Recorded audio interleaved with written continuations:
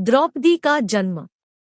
पांडवों को एक्चक्रा नगरी में रहते कुछ काल व्यतीत हो गया तो एक दिन उनके यहाँ भ्रमण करता हुआ एक ब्राह्मण आया।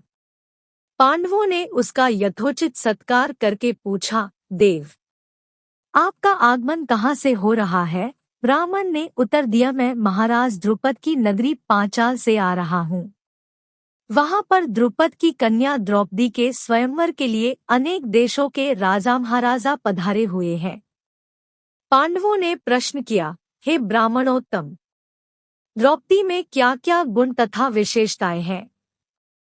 इस पर ब्राह्मण बोला, पांडवगण, गुरु द्रोण से पराजित होने के उपरांत महाराज द्रुपद अत्यंत लज्जित हुए और उन्हें किसी प्रकार से नीचा दिखाने का उपाय सोचने लगे।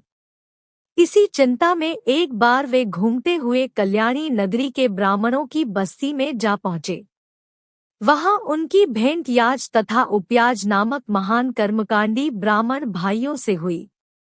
राजा द्रुपद ने उनकी सेवा करके उन्हें प्रसन्न कर लिया एवं उनसे द्रोणाचार्य के मारने का उपाय पूछा। उनके पूछने पर बड़े भाई याज ने कहा, इसके लिए आप एक विशाल यज्ञ का आयोजन करके अग्निदेव को प्रसन्न कीजिए, जिससे कि वे आपको वे महान बलशाली पुत्र का वरदान दे देंगे। महाराज ने याज और उपयाज से उनके कहे अनुसार यज्ञ करवाया। उनके यज्ञ से प्रसन्न होकर अग्निदेव ने उन्हें एक ऐसा पुत्र दिया जो संपूर्ण आयुध एवं कवच कुंडल से युक्त से था। उसके पश्चात उस यज्ञ कुंड से एक कन्या उत्पन्न हुई जिसके नेत्र खिले हुए कमल के समान देदीप्यमान थे, भौहें चंद्रमा के समान वक्र थी तथा उसका वर्ण श्यामल था। उसके उत्पन्न होते ही एक आकाशवाणी हुई कि इस बालिका का जन्म क्षत्रियों के संहार और कौरवों के विनाश के हेतु हुआ है। बालक का नाम धृष्टद्युम्न एवं बालिका का नाम कृष्णा रखा गया।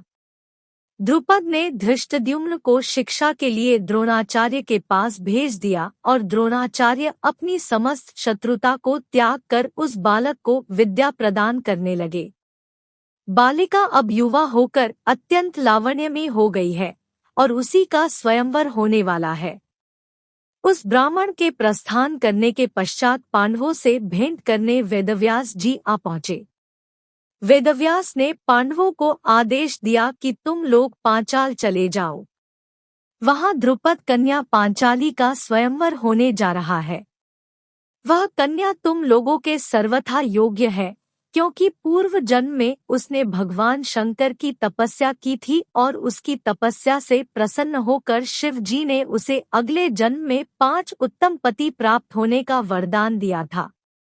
वह देवी स्वरूपा बालिका सब भांति से तुम लोगों के योग्य ही है। तुम लोग वहां जाकर उसे प्राप्त करो। इतना कहकर वेदव्यास वहां से चले गए। आपसे विनती है कि इस चैनल को सब्सक्राइब कर दो। आपकी सहायता की जरूरत है, हमें सपोर्ट करें। धन्यवाद।